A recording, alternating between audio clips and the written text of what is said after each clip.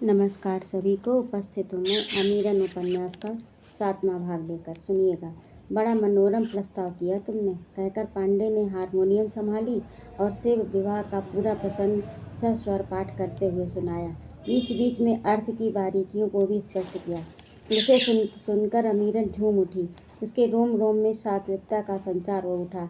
वह कुछ प्रश्न पूछना चाहती थी, किंतु गुरु जी की चेतना में तरन्नुम व्याप्त था। उसके मन की वीणा के तार अब भी झंझना रहे थे। वे बोले, अमीरन, वैसे तो तुलसी साहित्य के सरोवर में एक से एक महान रत्न भरे पड़े हैं, एक से एक अनमोल, एक से एक अप्रतिम।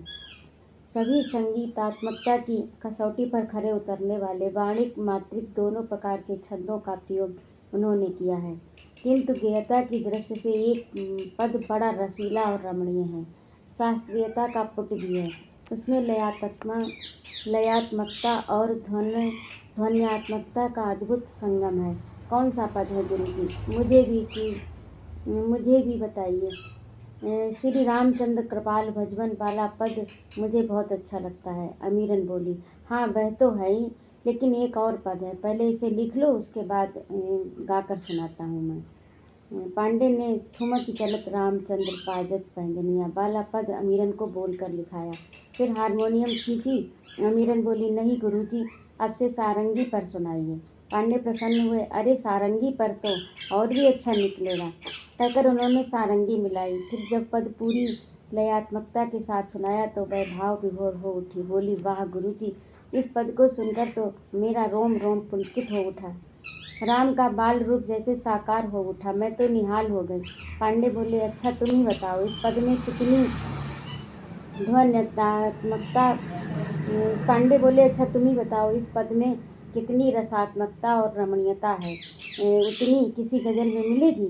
लेकिन गुरु जी, गजल की फरमाइश तो होती है महफिल में, अमीरन ने कुछ शिक्षक झिझक के साथ कहा।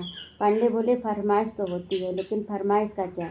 षड्रस व्यंजन के बाद लोग बीड़ी तंबाकू की फरमाइश करते हैं, लेकिन क्या बीड़ी तंबाकू उस व्यंजन से अधिक बढ़कर है? दूध पीने वालों के विपरीत कुछ लोग मदिरा की फरमाइश करते हैं, लेकिन क्या इससे निष्कर्ष निकलता है कि दूध से मदिरा श्रेष्ठ है? वासनाग्रस्त व मदिरा प्रेमी लोग जब गजल में साकी और मैखाने का जिक्र सुनते हैं, आशिक और मासूक के उपालंब सुनते हैं, तो वह उनकी भावनाओं से ज़्यादा मेल खाता है, इसीलिए वे गजल की फरमाइश करते हैं। गजल में सर्वत्र वासना विलास का साम्राज्य है। मदिरा पान की प्रत्यक्ष अथवा परोक्ष वकालत है। आशिक और मासूक के अतिरिक्त और किसी प्रकार के स्त्री पुरुष संबंधों का उसमें कोई स्थान नहीं है। लेकिन क्या दुनिया में सारे स्त्री पुरुष आशिक मासूक में ही बटे हैं? माता और पुत्र, भाई और बहन के रिश्ते का कोई अस्तित्व नहीं है। चमन में बुलबुल के सिवाय उन्हें कोई पक्षी नजर नहीं आता। हिंसावृत्ति का प्रदर्शन करने के लिए एक अदद सयाद की भी सृष्टि कर ली गई है। गजल इसी संकुचित घेरे में कैद है।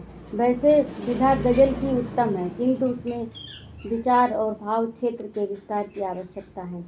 हाँ गुरुजी, ये तो मैं भी सोचती हूँ। अमीरन ने अपनी टिप्पणी दी और पाठ समाप्त हुआ। आज पांडे प्रातः जब आए उस समय अमीरन घर के बाहर पेड़ों की सिंचाई कर रही थी, उनकी साज संवार कर रही थी। पुष्पित प्रफुल्लित पादप, किसलय मंडित डालियों और पल्लवित लताओं और कलित कुंजों के मध्य उस रूपवती मुक्त केसी रमणी को अवलोकित कर पांडे के हृदय में शकुंतला की कल्पना जागृत हो उठी। उनके मानस पट पर उसका रूप जीवंत हो उठा। सोचा, ऐसे ही कभी शकुंतला भी द्रुम तरुलता गुल्म बल्लरियों के बीच वन देवी से सुशोभित रही होगी। तब तक अमीरन ने पांडे को देख लिया। जय राधे की गुरुजी। अमीरन ने तुरंत उनका अभिवादन किया और बोली, आप कब आ गए? मैं तो देख ही नहीं पाई। कर्म में तल्लीनता ऐसे ही चरितार्थ होती है। लक्ष्य भेद तभी संभव है जब ऐसी ही एकाग्रता हो, लक्ष्य के अतिरिक्त और कुछ दिखाई न पड़े, कहकर पांडे ने अमीरन की तन्मयता की प्रशंसा की। क्षण भर में रुष्ट हो जाने वाले दुर्वासा की तरह अधिष्ठापित न करके उसे आशीर्वचन भी प्रदान किया। वे बोले, आज मैंने शकुंतला के प्रत्यक्ष दर्शन किए। क्या मुझ में शकुंतला की छवि देखी आपने? अमीरन ने चकित होकर पूछा। अमीरन, आज तुम मुझे साक्षात शकुंतला लग रही हो। मुझे शकुंतला बताकर आप मुझे निंदनीय मान रहे हैं या वंदनीय? निंदनीय क्यों? शकुंतला एक नर्तकी की अवैध संतान थी, और मैं भी। अरे अमीरन, तुम्हारे दिमाग में ये कल्पना कहाँ से आई? छी, मैं ऐसा सोच सकता हूँ? ऐसे कुत्सित विचार तो नीच के मन में ही आ सकते हैं। तनिक सोचो शकुंतला, यदि हे होती तो कण्व जैसे त्रिकालदर्शी ऋषि उनका पुत्रवत पालन क्यों करते? दुष्यंत सा सम्राट उसे पत्नी के रूप में क्यों स्वीकार करता? उसी शकुंतला से भरत जैसा महाप्रतापी और पराक्रमी पुत्र रत्न कैसे उत्पन्न होता, जिसके नाम से इस देश का नाम भारत खंड अथवा भारतवर्ष पड़ा? शकुंतला यदि हे होती तो पति गृह प्रेषित करते समय कण्व उसे भूत्वा चिराय चतुरंत मही सपत्नी और दौष्यंती गृह प्रतिरथ तनयम निवेश जैसे आशीर्वाद क्यों देते? और फिर जैसा कि मैं पहले भी कदाचित कह चुका हूँ कि व्यक्ति जन्म से नहीं, कुल से नहीं, कर्म, व्यवहार, आचरण और चरित्र से महान होता है। अच्छे संस्कार और दिव्य गुण देकर प्रकृति ने यदि किसी को महान बनाया है तो मनुष्य की क्या मजाल जो उसे हेय सिद्ध कर सके। समाज तो मानवकृत है और व्यक्ति ईश्वरकृत। तो फिर आपने किस दृष्टि से मुझ में शकुंतला का रूप देखा? कहकर अमीरन खिलखिलाकर हंस पड़े। पांडे बोले, तुम में शकुंतला की छवि इसलिए देखी कि शकुंतला की ही तरह तुम कोमलांगी, कृष्णांगी हो, ललित हो, लावण्यमयी हो, चकित मृगलोचनी हो, लोल कपोलों वाली, तन्वी, श्यामा, शिखरी दशना, सुकुमार तरुणी हो। और गुरुजी, कहकर अमीरन फिर खिलखिलाई, और तुम शकुंतला की तरह प्रकृति प्रेमी हो, द्रुमों और पादपों पर कृपालु हो, तुम पुष्प और कलिकाओं में तुम्हें ममत्व है। जानती हो शकुंतला कितनी प्रकृति प्रेमी थी? जब तक पौधों का सिंचन नहीं कर लेती तब तक स्वयं भी पानी नहीं पीती थी। मंडन प्रिय होते हुए भी पौधों से पुष्प कलिकाएं तोड़कर अपना श्रृंगार नहीं करती। इसीलिए आज तुम्हें पेड़ पौधों को अभिसंचित करते हुए देखकर तुम्हें मुझे शकुंतला की छवि दिखाई पड़ी। मेरे विचार से प्रकृति प्रेम और पादप दृष्टि के प्रति संवेदनशीलता ही शाकुंतल भाव है। पेड़ पौधे भी जीव हैं, प्रकृति के अंग हैं, हर्ष और पीड़ा का वे भी अनुभव करते हैं और भी अनेक भावों से युक्त होते हैं। ये प्रकृति ही परमात्मा का रूप है। इसीलिए प्रकृति की सेवा परमात्मा की ही पूजा और अर्चना है। सोचो तो, वृक्ष हमें सुरभित पुष्प देता है, सरस सुस्वाद फल देता है, छाया देता है, पत्तियां देता है, काष्ठ देता है, प्राणवायु देता है और बदले में कुछ नहीं मांगता। तो क्या वृक्ष की उदारता ईश्वर की उदारता से कम है? मैं तो कहता हूँ वृक्ष ईश्वर का ही स्थूल रूप है, जो ना जाने कितने वरदान मनुष्य को देता है। इसीलिए जो पादप सृष्टि पर कृपालु होते हैं वे ईश्वर की कृपा के पात्र बनते हैं। आजकल विकास की अंधी दौड़ में मनुष्य प्रकृति के विनाश में जुटा है। उसके परिणाम भयंकर होंगे। विनाश चाहे पेड़ पौधों का हो, चाहे जीव जंतुओं का, प्रकृति इन सबके विरुद्ध है। ये समस्त हमारे चिर सहचर हैं और स्नेह के आकांक्षी हैं। क्या प्रकृति में ये पेड़ पौधे और जीव जंतु ही आते हैं या कुछ और भी? अमीरन ने प्रश्न उठाया। पांडे बोले, दृश्यमान जगत में जो भी गोचर होता है वह मानवकृत नहीं है, वह सब प्रकृति है। जल, पर्वत, तारे, नक्षत्र, सूर्य, चंद्र ये सभी प्रकृति के अंग हैं। इस मिट्टी और पानी को ही ले लीजिए, हमारे कितने काम में आते हैं। यदि मुझसे कोई विकल्प मांगे कि पसेरी भर सोना लोगे या पसेरी भर मिट्टी, तो मैं कहूँगा मुझे पसेरी भर मिट्टी दे दो। आखिर सोना किस काम का? उसे बस देख लो, लेकिन देखने से क्या पेट भर जाएगा? और मिट्टी से अन्न उगता है, दालें उगती हैं, सब्जी उगती है, जो हमारे भंडार भरती है और हमारे आहार तथा हमारे जीवन का आधार भी है। मनुष्य मिट्टी के ऊपर सड़कें, कारखाने, महल, अट्टालिकाएं बनाता जा रहा है। मैं कहता हूँ मिट्टी बहुत कीमती है, ये सजीव है, इसे जिंदा दफन कर कंक्रीट की कब्र मत बनाओ। ये तुम्हें एक अन्न का दाना उपजाकर नहीं देगी। और मिट्टी का चमत्कार देखो, यही मिट्टी तरह तरह के फल बनाकर दे देती है। यही मिट्टी अन्न उत्पन्न करती है, फूल, पत्ती, जड़ी बूटी, सब्जी सब कुछ देती है। अतः मिट्टी की बर्बादी रोकी जानी चाहिए। शहरीकरण की खतरनाक दौड़ में इस सजीव मिट्टी को जिंदा दफनाने की होड़ सी लगी है। धरती को रबड़ की तरह खींचकर बढ़ाया नहीं जा सकता। पूरी पृथ्वी पर सड़कें, मकान, कारखाने बना डालोगे तो खाओगे क्या? वाहनों की अनियंत्रित भीड़ भी विनाश का कारण है। ये तो हलचल रही धरती के ऊपर की, धरती के नीचे की सोचो। अंधाधुंध खुदाई करने के कारण खनिजों के भंडार बड़ी तेजी से समाप्त होते जा रहे हैं। हमारे पूर्वजों ने हमें अमानत और विरासत इसलिए थोड़े ही दी है कि हम इसे समाप्त कर डालें। कोयले के भंडार तो बहुत थोड़े ही शेष रह गए हैं। आखिर हम आने वाली पीढ़ियों के लिए कुछ छोड़ेंगे कि नहीं, अथवा जुआरी शराबी पिता की तरह अपनी जीवन काल की सारी संपत्ति और पैतृक संपत्ति सभी कुछ बर्बाद कर देंगे और अपनी संतानों को भिखारी बनाकर छोड़ेंगे। अब पानी पर आइए। स्वच्छ जल भूमि पर अमृत के समान है, इसीलिए जल की बर्बादी भी रोकनी चाहिए। भूगर्भ जल सीमित मात्रा में है, इसीलिए आवश्यकता से अधिक इसे खर्च न करें। इसे अपना बचत कोष समझें। जैसे कंजूस व्यक्ति अपनी बचत से बड़ी मुश्किल से हाथ रोककर धन खर्च करता है, वैसे ही हमारे लिए मृदु जल है। प्यास से जिसकी जान जा रही है उससे जल की कीमत पूछो। आजकल साबुन का प्रयोग अंधाधुंध बढ़ रहा है, ये अनुचित है। कम से कम साबुन प्रयुक्त हो, इस हेतु कम से कम वस्त्र प्रयोग करें। भविष्य में यदि सबसे पहले किसी का अभाव सताएगा तो वह पेयजल ही होगा। पानी का एक नाम जीवन है, इसीलिए जल को जीवन का पर्याय मानकर इसकी कीमत समझनी है। अमृत हमारे किस काम का, वह तो देवता ही पिया करें। हमें तो शुद्ध निर्मल मृदु जल ही मिलता रहे, वही हमारे लिए अमृत तुल्य है। अब इसी बात पर एक गिलास पानी लाओ। सुनते ही अमीरन दौड़कर अंदर गई, साफ स्वच्छ गिलास से निर्मल जल नील ले आई। पांडे ने घूंट घूंट कर पिया और बोले, अच्छा आप पाठ शुरू करें? जी हाँ, लेकिन एक बात और बता दीजिए, आपने मुझे शकुंतला के रूप में देखा। शकुंतला को तो दुष्यंत मिल गए थे, और मेरे दुष्यंत? पांडे ने थोड़ी देर तक शून्य में ताका, कुछ चिंतन करते रहे, फिर बोले, अमीरन तुमने गीता नहीं पढ़ी है, इसीलिए ऐसा प्रश्न उठा रही हो। गीता में कृष्ण का स्पष्ट निर्देश है कि कर्म करते रहो, फल की अभिलाषा या चिंता मत करो, क्योंकि कर्म करने में ही तुम्हारा अधिकार है, फल में नहीं। साधना करती रहो, सफलता मिलेगी कि नहीं। तपस्या करती रहो, वरदान तो मिल ही जाएगा। साधना करती रहो, सफलता अवश्य मिलेगी। तपस्या करती रहो, वरदान मिल कर रहेगा।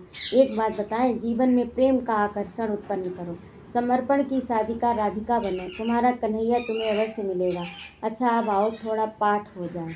जी गुरुजी, कहकर अमीरन एक पाटल पुष्प तोड़ लाई, उसे पांडे को अर्पित किया और दोनों अपने अपने आसनों पर बैठ गए। इसके बाद पांडे कहने लगे, उस्ताद को चाहिए अपनी शिष्या की त्रुटियों को भी निसंकोच रेखांकित करे। जब तक शिष्या त्रुटियों से अवगत नहीं होगी तब तक उसका निराकरण कैसे करेगी। इसीलिए गुरु का कर्तव्य है कि वह एक आईना की तरह प्रत्येक त्रुटि से शिष्या को अवगत कराए। मनुष्य का सहज स्वभाव है, वह दूसरों की त्रुटियों को तो जल्दी पकड़ लेता है, किंतु अपनी त्रुटियों पर उसका ध्यान नहीं जाता। आज सर्वप्रथम मैं गायकों के गुण अवगुण पर प्रकाश डालूंगा। गुणों के अंतर्गत प्रथम शर्त है कि गायिका का कंठ मधुर और सुरीला हो, इसमें स्वर की अच्छी पकड़ हो, जो कण तथा मोड़ लेने योग्य हो। उच्चारण की शुद्धता पर तो हम प्रकाश डाल ही चुके हैं। स्वर और श्रुति का समुचित ज्ञान हो, ताल की पहचान हो, सम प्रकृति के रागों से बचना आता हो, रचनात्मक शक्ति भी हो, अर्थात वह किसी भी राग में तान, आलाप व अलंकार की रचना कर सकने में क्षमता रखती हो। उसका आरोह अवरोह संतुलित हो, कंठ सीमा पर्याप्त हो, कायिक भाषा द्वारा राग का भाव व्यक्त करना आता हो, और सबसे महत्वपूर्ण बात यह है कि गायिका के मन में आत्मविश्वास हो, जिसे अवसर और श्रोताओं के स्तर व रुचि की पहचान हो। और गुरुजी, अवगुण कौन कौन से होते हैं? जहाँ तक अवगुणों का प्रश्न है, यही समझ लो, गुणों का अभाव एवं उसके विपरीत की स्थिति अवगुण वाली है। जैसे कर्कश कंठ, स्वर की अज्ञानता, त्रुटिपूर्ण उच्चारण, आवाज़ में कंपन, नाक से स्वर निकालना। मुद्रा दोष पर भी ध्यान देना चाहिए, विशेषकर नर्तकियों को, क्योंकि नर्तकियों को गाते समय ये विशेष सावधानी रखनी चाहिए कि गाने से उसके शारीरिक आकर्षण और मुख सौंदर्य पर कोई आँच न आए। अमीरन बोली, गुरुजी आपने तो मुझे गाते सुना है, कोई त्रुटि मालूम पड़ी हो तो इंगित कीजिए। पांडे किंचित सोच में पड़ गए, फिर हंसकर बोले, तुम्हारा गाने का ढंग बेहद आकर्षण है, कंठ भी मधुर है, स्वर में भी पकड़ है, सांस भी नहीं फूलती। बस एक त्रुटि मुझे मालूम पड़ी है, जैसे हम दोनों ने ठुमक की चलत रामचंद्र वाला पद गाया, तो इस पद में रामचंद्र बाजत और पैजनिया शब्द में जो लहर उत्पन्न होनी चाहिए थी वह तुम नहीं कर सकी। क्योंकि तुम्हारे लिए ये पद नया है, इसलिए त्रुटि हो रही होगी। ये अभ्यास करोगी तो दूर हो जाएगी, ऐसा मुझे पूर्ण विश्वास है। जी गुरुजी, मैंने भी अनुभव किया कि मैं वह सीमा नहीं छू पा रही हूँ। आज रात में जब लेटूंगी तो पूरा अभ्यास करूँगी। हाँ, संगीत के लिए लंबे अभ्यास की आवश्यकता होती है। अभ्यास भी नियमित हो। सच मानिए, ये भी एक प्रकार की तपस्या है। यह भी एक प्रकार की तपस्या है।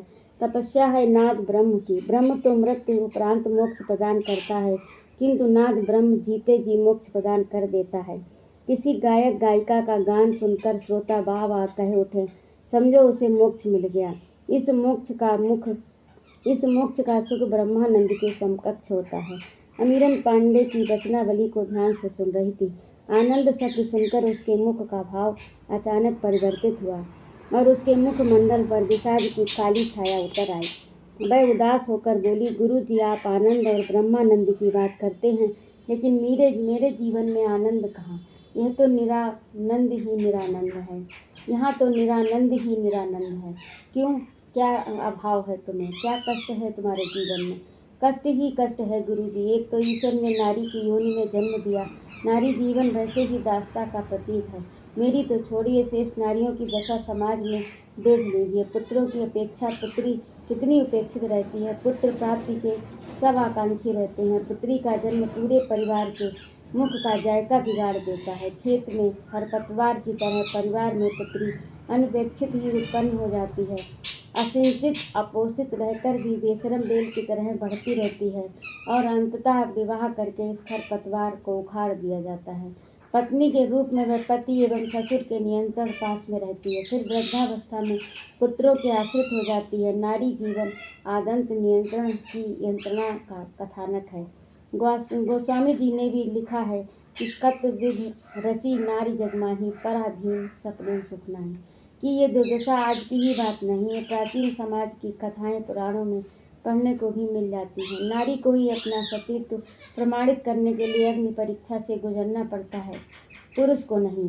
पुरुष जन्मजात शुद्ध है। युधिष्ठिर दूध के जुआ खेल कर हारे और प्रताड़ित की जाए द्रौपदी, छल करे इंद्र तथा चंद्रमा और साप झेले निरीह अहिल्या, धृतराष्ट्र अंधे तो गांधारी की भी आंखों पर पट्टी बंधनी है।